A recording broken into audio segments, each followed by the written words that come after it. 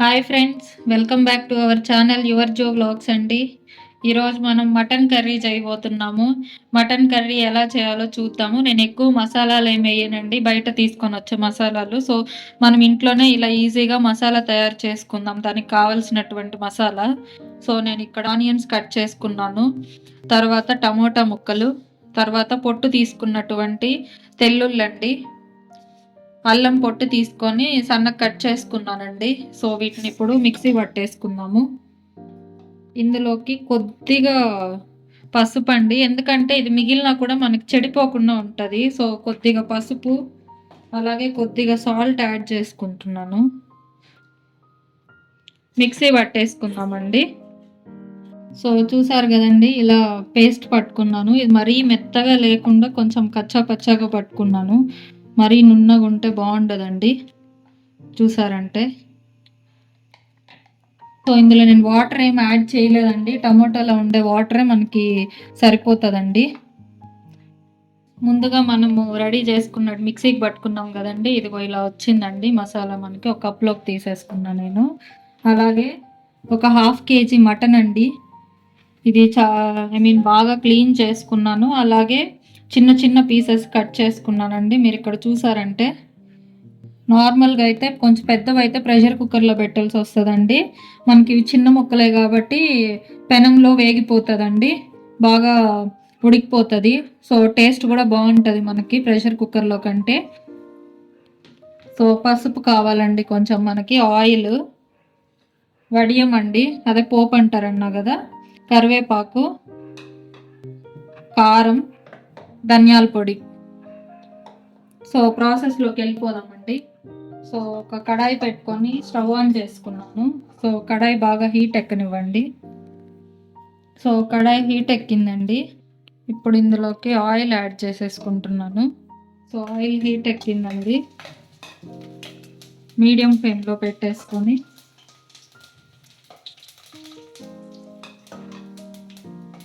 So పోపు బాగా fry అయిందండి. ఇప్పుడు పేస్ట్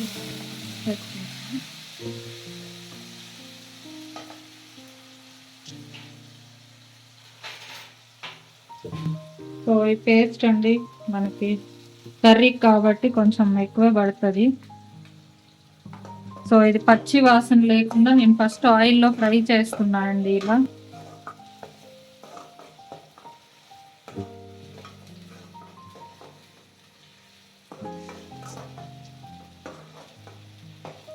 ఇక్కడ చూసారంటే ఆల్రెడీ పసుపు ఇందులో వేసాం కదండి, అది మిక్సీకి పట్టేటప్పుడు, కాబట్టి కొంచెం మనకి ఎల్లోగా తెలుస్తుంది. ఇంకొంచెం పసుపు యాడ్ చేసుకుంటున్నానండి. అలాగే కల్లుప్పు తీసుకుంటున్నానండి. నేను ఇక్కడ రాళ్ళుప్పు అని కూడా అంటారు కొన్ని, మా సైడ్ రాయలసీమ సైడ్. సో కల్లుప్పు కూడా యాడ్ చేసుకున్నాను. సో ఈ మసాలాకంతా బాగా పడుతుందండి ఇప్పుడు ఉప్పు పసుపు అంతా. సో బాగా ఫ్రై చేద్దాము. ఇది పచ్చి వాసన పోయేదాకా ఫ్రై చేయాల్సి ఉంటుంది మనము.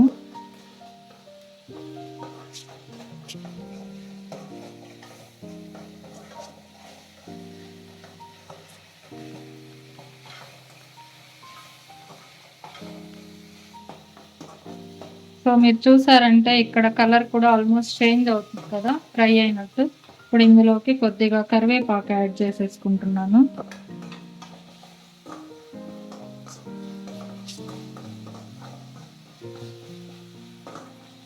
కరివేపాకు కూడా యాడ్ చేసేసుకున్నానండి. ఆల్మోస్ట్ పచ్చివాసన పోయేదాకా ఫ్రై అయింది. ఇప్పుడు ముందుగా కట్ చేసుకొని క్లీన్ చేసుకున్నటువంటి చిన్న చిన్న పీసెస్ కట్ చేసుకున్నటువంటి మటన్ కూడా వేసేస్తున్నానండి. నేను 1/2 kg తీసుకున్నాను కదా, ఈ మటన్ ముక్కలను కూడా వేసి బాగా కలుపుకుందాము.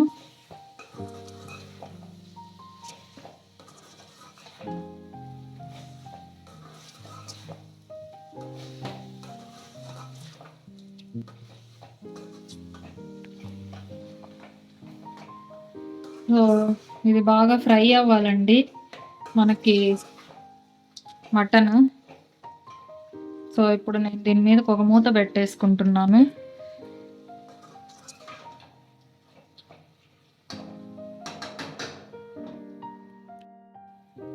ఇలా మధ్య మధ్యలో మూత తీసుకొని కలుపుకుందామండి. మీరు చూసారంటే ఈ వాటర్ అంతా ఫామ్ అవుతుంటుంది, బాగా ఈ వాటర్ అంతా ఇంకిపోయేదాకా మనము ఫ్రై చేయాలండి. సో మళ్ళీ మూత ఓపెన్ చేసి చూద్దామండి. చూసారా, అప్పటికంటే ఇప్పుడు ఇంకా ఎక్కువ వాటర్ ఊరాయి. సో సో ఈ వాటర్తోని మనకు బాగా ఫ్రై అవుతుందండి. టేస్ట్ కూడా బాగుంటుంది ఇలా ఫ్రై అయితేనే. నార్మల్గా ప్రెషర్ కుక్కర్లో వేసి పెడితే మనకి కొంచెం టేస్ట్ తగ్గుతుందండి. ఇలాంటి పెనంలో చేస్తే మనకి నాన్ స్టిక్ పెనం కంటే ఇలాంటి పెనంలో అయితే మనకి టేస్ట్ బాగుంటుందండి. చూడండి, మనకి వాటర్ ఇందాక చూసినప్పుడు చాలా ఉన్నాయి కదండి, ఇప్పుడు బాగా ఇంకిపోయాయి ఆల్మోస్ట్.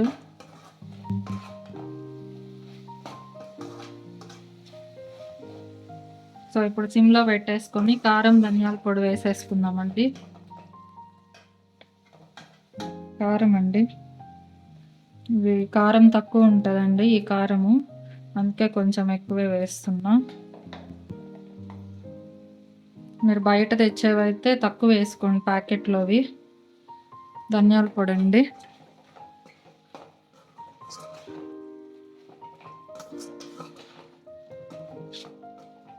దీన్నంతా ముక్కలకు బాగా కలుపుకున్నామండి గరిటతో.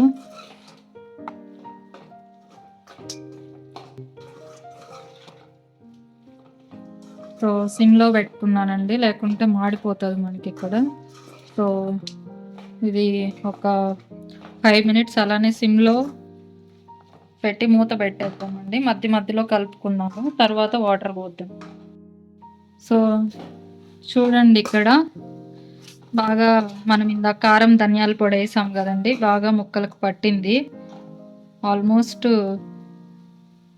ముక్క ఇలానే కూడా తినేయచ్చండి, మేము ఇలానే కూడా ఫ్రై చేసుకుని తింటాము. ఇప్పుడు వాటర్ పోసేసుకుందామండి. ఇక్కడ చూసారంటే ఆల్రెడీ మిక్సీకి పట్టుకున్నాం కదండి, అందులో వాటర్ కూడా తీసుకుంటున్నాం కొద్దిగా వాటర్ వేసి.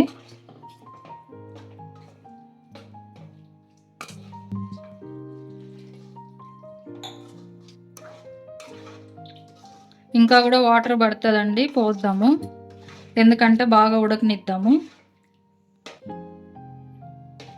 సో చూడండి, వాటర్ పోసుకున్నాను.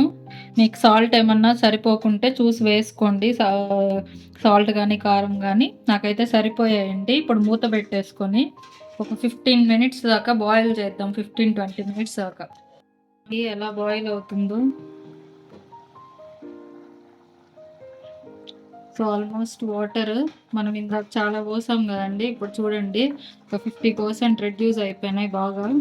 సో ఇంకొక 5-10 మినిట్స్. మనకి కొంతమంది ఎక్కువ పులుసు లాగా తింటారంటే ఈ మాత్రం సరిపోతుందండి. లేదు ఇంకొంచెం గట్టిగా తింటారు, గుజ్జుగా ఉండాలి అనుకుంటే ఇంకా కొద్దిసేపు బాయిల్ చేద్దామండి.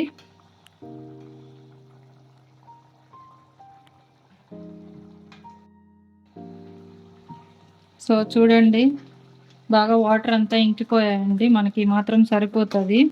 రాగి సంగట్లోకి అయితే ఈ మాత్రం సరిపోతుంది. చూడండి, ఇది రాగి సంగట్లోకి చాలా బాగుంటుందండి ఈ మటన్ కర్రీ. సో వేడి మటన్ కర్రీ. ఇంకా స్టవ్ ఆఫ్ చేసేసుకుంటున్నానండి.